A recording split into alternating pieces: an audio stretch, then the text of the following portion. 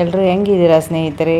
ನೀವು ಚೆನ್ನಾಗಿದ್ದೀರಾ ಅಂತ ನಾನು ತಿಳ್ಕೊತೀನಿ. ನಾನು ಕೂಡ ಚೆನ್ನಾಗಿದ್ದೀನಿ ಸ್ನೇಹಿತರೆ. ಇವತ್ತು ನಾವು ಆಂಜನೇಯನ ಜನ್ಮಸ್ಥಳ ಅಂಜನಾದ್ರಿ ಬೆಟ್ಟಕ್ಕೆ ಬಂದಿದ್ದೀವಿ. ಈಗ ಇನ್ನೇನು ಅಂಜನಾದ್ರಿ ಬೆಟ್ಟದ ಹತ್ರನೇ ಬಂದ್ವಿ.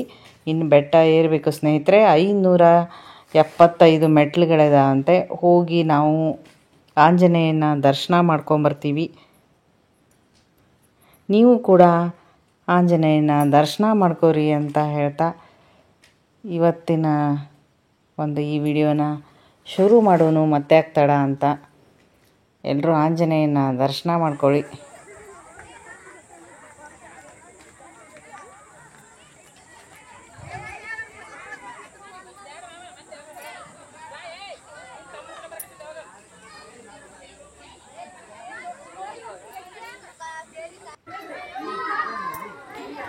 ಇನ್ನು ಬೆಟ್ಟ ಹತ್ತಬೇಕು. ಇನ್ನು ಬೆಟ್ಟ ಹತ್ಕೊಂಡು ದೌಡು ದರ್ಶನ ಮಾಡ್ಕೊಂಬರೋನು ಅಂತ. ಬಿಸಿಲು ತುಂಬ ಆಯಿತು. ಹೀಗಾಗಿ ಬೆಟ್ಟ ಹತ್ತಬೇಕಂದ್ರೆ ಬೆಳಗ್ಗೆ 6 ಅಥವಾ 7 ಗಂಟೆಗೇ ಇರಬೇಕು. ನಾವು ಬರೋದು ಸ್ವಲ್ಪ ತಡ ಆಯಿತು.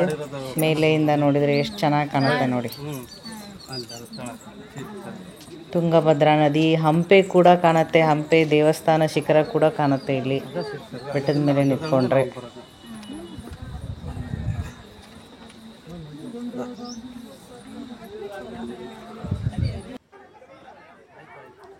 ಇನ್ನೇನು ದೇವಸ್ಥಾನ ಹತ್ರನೇ ಕೂಡ ಬಂದ್ವಿ. ದೇವ್ರ ದರ್ಶನನೂ ಕೂಡ ಮಾಡ್ಕೊಳ್ಳೋನು.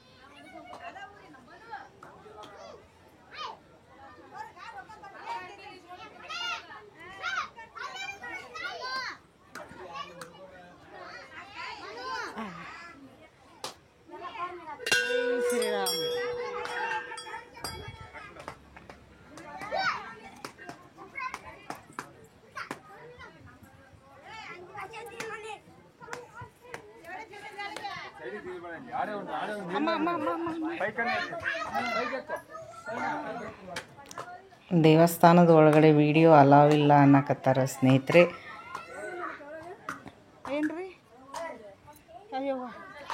ಖಂಡಿತ ನೀವು ಕೂಡ ಅಂಜನಾದ್ರಿ ಬೆಟ್ಟಕ್ಕೆ ಬಂದು ಆಂಜನೇಯನ ಆಶೀರ್ವಾದ ಪಡ್ಕೋರಿ. ತುಂಬ ಚೆನ್ನಾಗೈತಿ ದೇವಸ್ಥಾನ. ನಂಗಂತೂ ಭಾಳ ಇಷ್ಟ ಆಯಿತು. ಬಿಸಿಲಿದ್ದಾಗ ಮಾತ್ರ ಬರಬಾರ್ದು.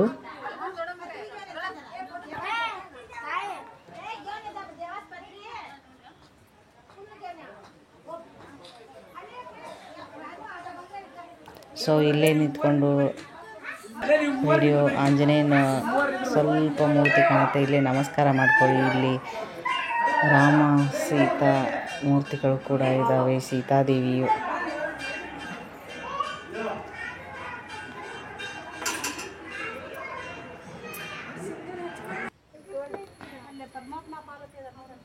ಪಾರ್ವತಿ ಪರಮೇಶ್ವರ ಇಲ್ಲಿ ಸೇತುವೆ ಕಟ್ಟಕ್ಕೆ ಲಂಕೆಗೆ ಬಳಸಿರುವಂಥ ಕಲ್ಲು ಇಲ್ಲಿ ಕೂಡ ನೀರಿನಲ್ಲಿ ತೇಲತ್ತೆ ಸ್ನೇಹಿತರೆ. ಅಲ್ಲಿ ಫೋಟೋ ತೆಗಿಯೋಕ್ಕೆ ವಿಡಿಯೋ ತೆಗಿಯೋಕ್ಕೆ ಅಲೌ ಮಾಡಲಿಲ್ಲ. ಬಂದರೆ ಅದನ್ನು ಕೂಡ ಮಿಸ್ ಮಾಡದೆ ನೋಡ್ಕೊಂಡು ಹೋಗಿ. ಇನ್ನೇನೆಲ್ಲ ದೇವ್ರ ದರ್ಶನ ಆಯಿತು.